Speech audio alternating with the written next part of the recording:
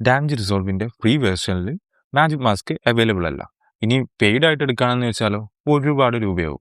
Da Vinci റിസോൾവിൻ്റെ free വേർഷനിൽ ഇതുപോലെ background remove ചെയ്യാം, അതും ഫ്രീ പ്ലഗിൻ ഉപയോഗിച്ച്. ആദ്യം തന്നെ ഈ ഒരു സൈറ്റിലേക്ക് പോവാം. സൈറ്റിൻ്റെ ലിങ്ക് ഞാൻ ഡിസ്ക്രിപ്ഷനിൽ ആഡ് ചെയ്യാം.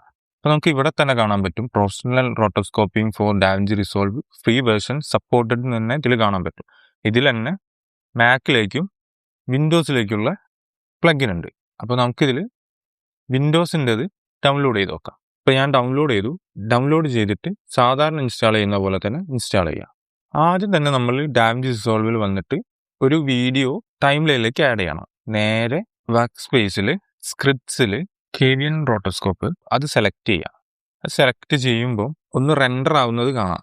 ആ റെൻഡർ ആയി കഴിഞ്ഞാൽ പിന്നെ നമ്മളെ മുന്നിൽ ഒരു പുതിയ പേജ് കാണാം, ഡൗൺലോഡ് AI മോഡൽ. അപ്പോൾ ഇവിടെ ചൂസ് മോഡൽ സൈസ് എന്ന് പറഞ്ഞിട്ട് സ്മോള്, ബേസ് പ്ലസ്, ലാർജ് എന്നുള്ള 3 ഫയൽസ് കാണാൻ പറ്റും. ഇതിൽ അവർ ബേസ് പ്ലസ് എന്നുള്ളതാണ് റെക്കമെൻഡ് ചെയ്യുന്നത് ഡൗൺലോഡ് ചെയ്യാണ്. ഇത് ഡൗൺലോഡ് ചെയ്യാനൊരു കുറച്ച് നേരം വെയിറ്റ് ചെയ്യുക. അപ്പോൾ ഇത് ഡൗൺലോഡ് ആയി കഴിഞ്ഞിട്ടുണ്ട്. അപ്പോൾ ഇത് ഡൗൺലോഡ് ആയി കഴിഞ്ഞാൽ ഓട്ടോമാറ്റിക്കായി കേവിയൻ റോട്ടോസ്കോപ്പ് ഓപ്പൺ ആകും.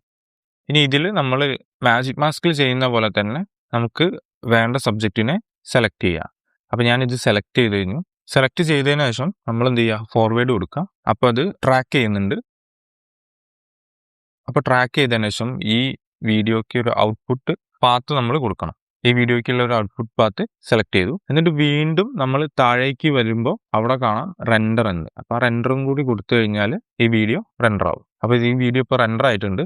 തിരിച്ച് നമ്മൾ ഡാവിഞ്ചി റിസോൾവിലേക്ക് പോയി കഴിഞ്ഞാൽ നമ്മുടെ സബ്ജക്റ്റിൻ്റെ ബാക്ക്ഗ്രൗണ്ട് റിമൂവ് ആയത് കാണാം. ബാക്ക്ഗ്രൗണ്ട് റിമൂവ് ആയതൊന്ന് വ്യക്തമായിട്ട് കാണിച്ചു തരാം.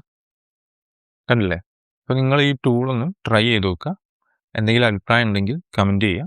അപ്പോൾ അടുത്ത വീഡിയോയിൽ വീണ്ടും കാണാം.